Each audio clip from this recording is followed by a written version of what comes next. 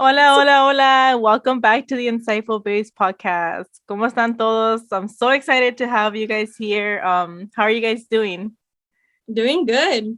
Awesome. Had a good day so far. Oh yeah, lots of energy and randomness. Already. Yeah. I love it. It's very strange because we don't live with each other. No. So when we first see each other, there's that little pause, and then all of a sudden, brah, we just explode with like random goings of the day and everything. All kinds. Oh, I have to tell you something. Oh, this and that. Like long time we haven't seen each other. And so at that point we're like, okay, I have something to share with you. I have something. Yeah. So typical. Aww. Yeah, we have the love. Yeah, we have the Bernal Siblings with us, guys. They were talking just now. We have them here on Insightfulbabes because we wanted to share what they're doing and their project. It's so special for us in the Latino community, and that is something that I want to jump into and talk about. But first, I would like for you guys to introduce yourselves to our audience. Who are the Bernal Siblings? Who are they? I don't know. I mean, part-time. No, I'm just kidding. I love that question. Yeah. This could go two ways. It could go, we're twins or we're dating. Yeah. Only because the way we get along with each other, like people just automatically assume that, and we're like, no, man, we're brother and sister. We just know how to vibe. It's so yeah. So it's like half of the time they're like, oh, you guys are such a cute couple. It's like, no, we're related. Like how? But my name is Lucy and his name is Lou, and we're practically twins, I guess you could say, but there's the story. It depends. I see that connection. Like, I love it, and it's kind of weird because it reminds me of like Eddie and I, which is my husband. So I'm like, maybe that's why sometimes because we're just like goofy around each other. We're like having fun all the time. Oh, that's sweet. So I'm like, yeah, I could see it coming both ways, either like dating, like a relationship, or brother and sister. Right? Yeah. And since we don't look like exactly alike, then that too, like, okay, they're dating, and we also have like traditions that we do where we go out with each other. Like in specific, we go on Valentine's Day to eat at our favorite place, and they think we're a couple. Yeah, it's hilarious.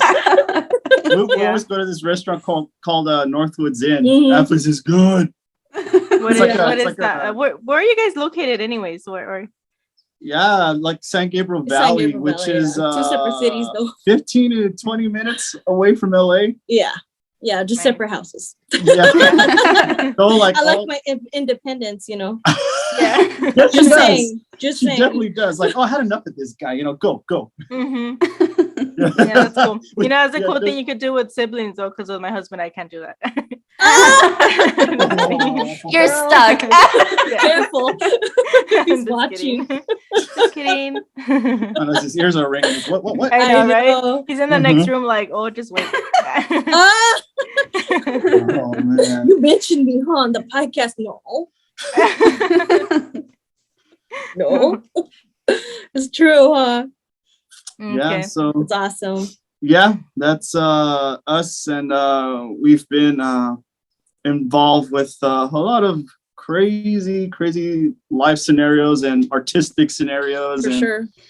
Yeah, we've done a lot of stuff together. Surprisingly, the whole usual sibling thing is bicker, fight. Yeah, though at first when we were little, oh boy, we had our very intense moments. Yeah. But as we grew up together, like going to the same school and going on the same film sets and same music projects and stuff like that, all of a sudden it just clicked, and then we're like, it's like, oh crap, you do the stuff that I'm terrible at, and I do the stuff that you're like, oh crap, how come we never worked together? It was very strange. And kind of sad, but yeah, because we could have done something a long time ago, but now as adults it's like, oh, we can actually do something together and we can tolerate each other. Like, who knew? That's good. Right. Yeah. Yeah. A lot of patience and love and understanding. Yeah. Oh For man. sure. Yeah. Yeah. So tell us a little bit about like your journey and becoming filmmakers and kind of what took you there. Okay. So we pretty much grew up on set, technically doing background work for films, music videos, TV shows, and all that. And we're like embarrassed to say we've been on like, Yeah, because very eventually, popular kid shows. yeah, then you start getting featured in front of the camera and doing, more stuff, and it's like, oh, I don't want people to know. Yeah. We're like, I'm in It's like, oh no, hi. and then it happens like randomly at school. Like, wait a second, I thought I saw you on something. Yeah. Like, Yeah, there you go, that is exactly what happens every time. It's like, weren't you on Lizzie McGuire? No, like, Shut up. no, yeah. I'm like, shut up. Really? And that's when we're like, oh no, somebody saw me. Like, no, 'cause when you're younger, you look different, right? And then when you get older, you're like completely polar you look a opposite, little and they're like, different, so The whole glow up thing. I know, right? yeah. So we pretty much grew up on set, technically. Yeah. And then at the same time we did music together. Mhm. So that's kind of a separate story. Like, yeah. I think we enjoyed more of the film set than the music, Yes. because Oh, music okay. was a little forced upon us. Mhm. But looking back, we're like, oh shoot, music gave us something. Some sort of segue Yeah, in between. yeah. Because there's a whole like philosophy and culture behind music, and when you Yeah. learn it and everything, it's like, Man, long time. Long yeah, time coming. Yeah. yeah. So we've been like doing recitals and Mhm. performances and just doing a lot of things. Like, it's strange because we never thought of it as doing it together. No, but we were Mhm. literally there. Yeah, So I was like, I don't know. It's been interesting. When you get older without parents and traditions that you have to do, Mm. then you're starting Yeah. to think like, okay, I can set myself aside, like the things that I actually want to do as an adult. I can actually do it now. Like, damn, like, who's this? Yeah. And it's amazing, especially as females, we know that, like, we have that. So when you grow up and it's like, hey girl, I'm good now, Yeah. And it's like, I That glow made up again. right. Yeah. So I mean, it's amazing. There's a lot of power behind this heart and mind. A lot. Aw. Yeah. She's I'm all amazing. crying. I know. Stop it. My makeup. No.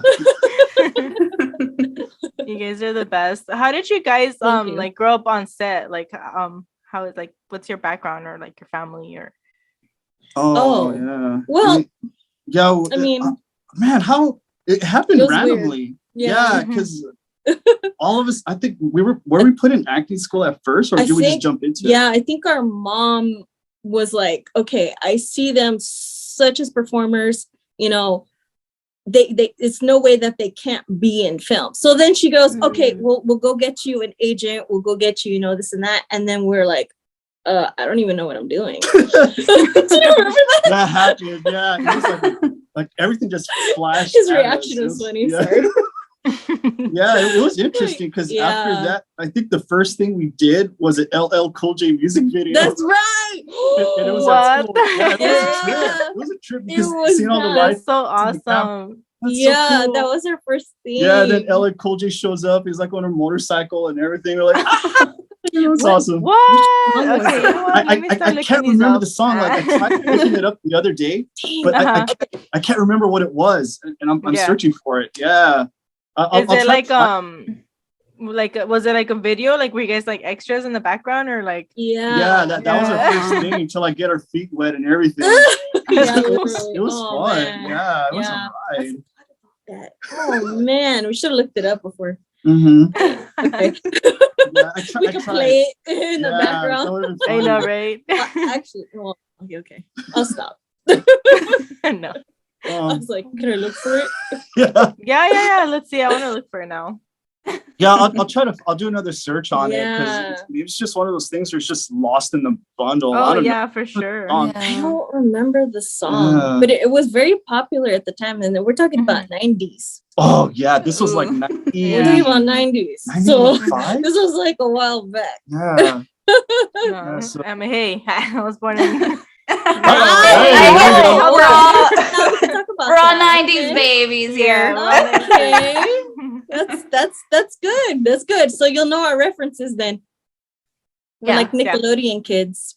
Oh yeah, sure. yeah, Nickelodeon, all the Warner Brothers Animaniacs and everything like that. Yeah. Shoot. I'm also looking for it. Yeah. So I then, know, low key looking for it. yeah. Diana's looking I'm for it right over now. here like, oh, looking down. He rode a motorcycle through the hallways out of school. It was something like that, but I can't remember what it was. Okay, guys, we will find it and we will share it at Insightful Babes so you guys can see see this and enjoy this watching with us. Yes. Okay, so you guys then started off young, right? Like that passion of filmmaking and being around all of the media stuff, that was already like since the beginning when you were like young. Is there like any like particular moment that you guys bumped into in life that you were like, okay, yes, definitely this is what we want? Oh yeah, For sure. You want to go? I mean, my whole life has been computer work, office work, the whole time. And up until like maybe 3 or 4 years ago, I was like, this is not for me anymore. You know, I'm like doing things that I just can't do, you know? Yeah. And so at that point, I was like, why don't I just do my own thing, you know? And that's what he was saying earlier, kind of like we revert back to our, you know, creativity and just like trying to create what we really wanted at the very beginning, but we never did because we never came into glimpse with each other, you know? And then it's awesome now because it's like, oh, we finally know what we're doing. And so for me, it was a few years ago and, you know, I'm not a youngin', but, you know, it's what it is. You know, you're in your 30s and you're like, hey, I'm good now, you know, and I get to be myself, which is good. Yeah. She's very herself. Oh, yeah. That's awesome. For me, it started there were several moments that really like punched the card, like working on ER and then forming a communication with like the crew and everything. I started hanging out more on that end with the camera people and then like, you know, like shadowing, seeing what the directors are doing and everything like that, how they manage the whole set. And I was like, man, because when I was little, I was obsessed with movies. Like that's all I wanted to do, watch movies and all that stuff. I didn't want to play the piano. If I didn't play the piano, I got spanked. Oh my gosh. There's that tradition. Yeah, I was just obsessed with stories. And then once I got on that set, I'm like, oh man, okay, this is they're kind of showing me how the process go. And it became more intimate. I'm like, okay. I started to process that more in my mind. And then after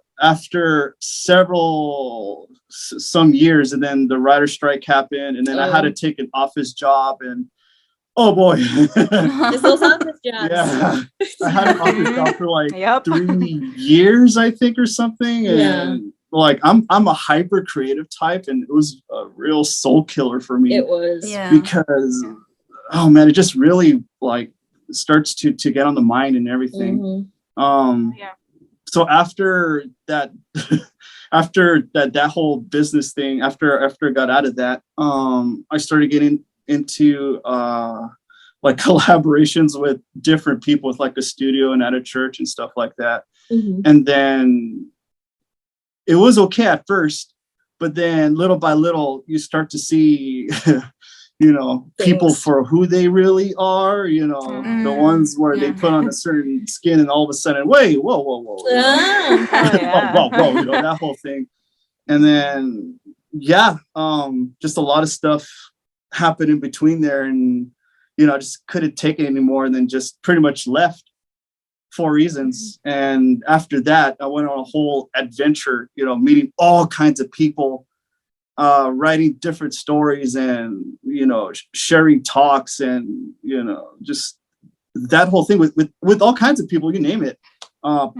people on the store, the homeless, and like anyone. I would just talk to them and just help people, you know, because I've always been the type where I could get too empathetic, and all that stuff. It just happens naturally. I don't know why. It's true. We see someone like, have oh that my gosh, nature. you know, I don't know what it is. It's weird. Yeah. And so I just went on this whole crazy journey for 1.5 years, and then after that, just seeing people, you know, people for who they are, the good people, the bad, you know, everything. And after that, I'm like, man, this is enough. I just gotta somehow push all the negativity out and bring the positivity that I gained from everything and apply it to us and our projects and elevate who we are, who we're supposed to be, and like, just the whole journey. Get that going. In a short story. In a short story. I mean, I could like talk for days, but it's just, it was a whole event.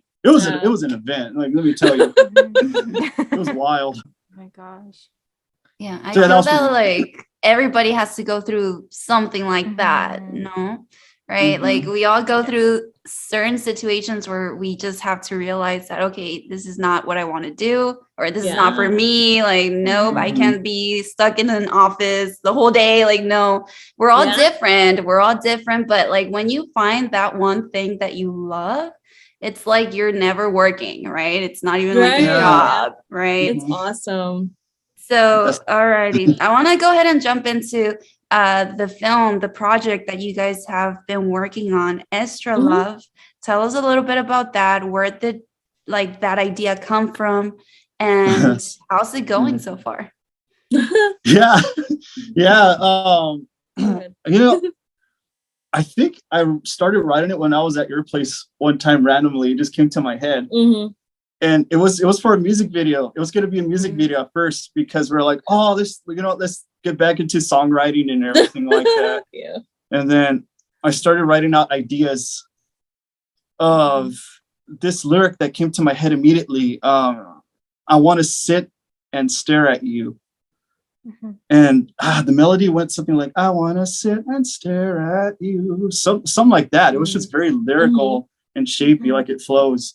And I started to design like different scenarios, like a woman running through like the LA tunnel in 3rd Street and then going like different alleyways and looking at herself in the mirror, different things like that. And then I love horror films. So little by little, I started to inject like, okay, what if like a shadowy thing was following her or something like that? And then little by little, I started creating scenes like of her like fixing her hair in the bathroom, and then her talking to someone like at a table, and then all of a sudden it just started to evolve into a story. And then it just came to me when there was like a picture of a door and it opened, and then Estra was like, boop, hello, here I am. You know, this whole story, and just started writing it out, not necessarily quickly, but it took a while. It was, I think I wrote it. It came to me like in 6 months to a year, maybe, because I wrote like the rough draft, and then you just keep fine tweaking it. I think it went through like six versions of the draft, I think, or 7. And then we decided to make it into a short film. And it became more of a story. It became more of a story because and a lot of my stories and the stuff we talk about, for some reason, she gets injected into them. And also a lot of the people that I used to talk to, you know, all my friends in the past and everything. And it's very interesting how a lot of women go through the same scenarios, and it's at the same time it's scary, at the same time it's sad. For sure. And it's like, wow, all these people are going through the same thing. It's like, it's unbelievable. And they say the same things too. I'm like, oh man. Dealing with mental health, you know, not believing yourself. That whole, you know, like, who am I supposed to be? What am I supposed to be like? We're supposed to be with, you know, like different things like that. I'm like, wow, very interesting. And and then after that, it just started to just write itself. And the underlying topic of the film just became mental health. Mental health. Mhm. Yeah. And that's something we also struggle with at the same time. Oh, for sure. And sometimes the best way to heal is through like writing and creating and stuff like that. And for some reason, it just managed to fit perfectly in a story in a sort of supernatural horror kind of way. Mhm. And we showcase the film in a way that's not usual, because like films that deal with mental health, usually the main character, like 10 minutes in or 15 minutes in, goes to a mental hospital, just like that. Yeah. Yeah. And Or so doctor. yeah, Something or of they the see a kind. doctor, just but in Mhm. our film, it's what does a person really do in that moment? Do they run? Do they freeze? Or do they confront it? No. So it's that whole thing where the character feels this thing, and we want to show that it's okay to not feel okay. And what are you going to do in that moment, kind of thing. Mm-hmm. Mm-hmm. And that's the self-reflection, self-love that we as females do need, and we need an example of it. And the other thing is our lead character is Latina, and she's very strong, and I wanted that. That was like a necessity, representation within our community, to have someone that we can look at. Wow, she did it. Mhm. Well, so can I. Yeah. And also on the the other role, we have another female who is deaf, who is her friend, and her only friend technically, who they have that camaraderie, and she helps her out with being herself again. And it's an amazing story. Yeah, two friends that they bond, and they just create this amazing friendship that ignites something. It's not a destructive story, and it's not a story about, oh yeah, I'm going to accomplish something, because that's hard to do. Like in a day, you're not going to get over something. But this story is about pushing through to see the other day, kind of thing. And also having that, that bond to help you see that. Yeah, that's what the whole story is about. Just wanted to, make people feel empowered by this story through different crazy supernatural occurrences, because then she sees like reflections of herself that looks like like a zombie, like, oh my gosh, and then she goes through like a dream like sequence, montage thing where she's like in an ocean and the forest confronting herself, herself and different things in her life. And I think it's gonna be a trip. That's great, because sometimes when you have, like, let's say, those negative thoughts, it feels like that. It feels like you can't really see them, like, but you picture things like that, and literally monsters in your head. You start seeing yourself in a different way. Wait, this is not me. Why do I look like this? Why do I appear like this? And then you start like kind of not really degrading yourself, but at the same time you are, because you're not realizing it's still you. It's still you, and you can still be yourself, and you can still find something within, to bring yourself out, Yeah, so in this film, the mental illness that we tackle is brain fog and the cracks within the subconscious, because that could get dangerous too. And sort of like schizophrenia, depression, anxiety, those things. And we kind of show it in a way where it elevates and how a person can help, de-escalate that feeling. But without the clinical side. Without the side that's like, oh, you're not okay, and you need to take medication and like all this stuff. Sometimes, I mean, some people do need it sometimes, but there are some people who are just lost in that moment. And we don't necessarily need that far of, or they can't or they can't get that, they can't receive that for whatever reason too. I mean, it could be or the help that they need, they can't receive that, and so then they need something else. They need help, within each other, all of us, like within communities, to help each other. And how do you guys like feel about like the whole mental health stigma with like Latinos? When I kind of struggled with that, and I wouldn't know how to bring it up to like my mom or I mean, Oh. al menos. Without But, people judging, right? yeah. Without people judging you. So Está like, bien. ¿Qué estás or like, haciendo? What are you well, how do you trying to say tell like me right now? How can you not be okay? Te doy esto, te doy esto, te doy esto. Okay, but it's like that's just not cutting it, right? Yeah. Ponte Like, Vicks, Ponte Vicks. yeah. Man. It's like huge. Tómate los O Sprite, o el okay. teléfono, the phone también. What? Yeah. It doesn't take away my tummy ache. Like, really? I mean, sometimes it does, no offense, but like at a certain point, yeah, we do need something else. And like you said, how do you bring it up? I mean, I think that we just should, period, at this point. Like, I don't think we could afford not to anymore. You know, it's way too important. You know, there are people who are losing their lives technically, and it's not okay, you know, and it's understandable that it could be embarrassing within a family or community or whatever. But at the same time, we need to realize that, you know, things are getting worse with the whole COVID, with the whole everything, that we need to realize, okay, at this point, I have to do this for myself. I have to take care of myself. I have to love myself. And within that, they should understand, okay, because I love you, I will allow you to take care of yourself in the manner that you need to, you know, without the, you know, shaming us at that point, you know? So it should be brought up. It should be a topic within a family, I think. Yeah, totally agree. Yeah. Yeah, there's a way to approach it, you know, with care and everything like that. And we have to remind them that they have to block out the outside noise, because it's not about them. It's about you know, what's going on in here and in here. Yeah.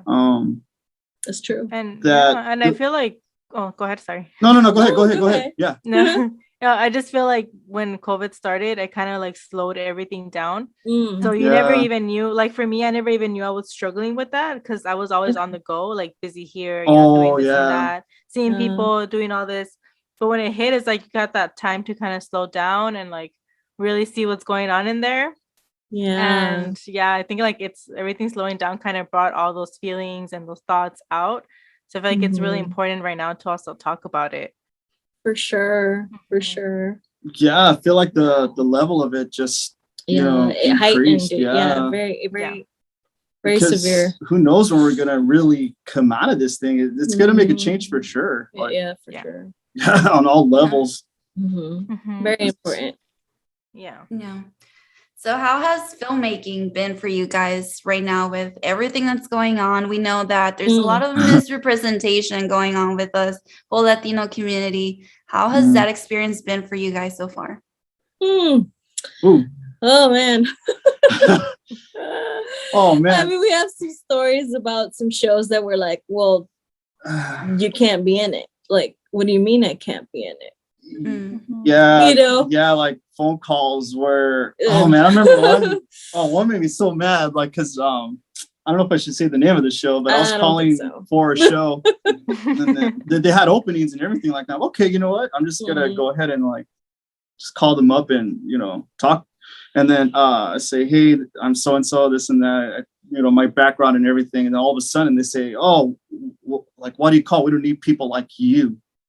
That was immediately what they said. I'm like, oh, what? Like, I don't know what to say about that. I was in shock. Yeah. Like, I was like, okay. Wow. Because generally when people do casting, you know, a person can play another race, technically, you know? I mean, we see it in movies all the time. Like, they'll be, you know, playing our race, but they're technically not our race, you know?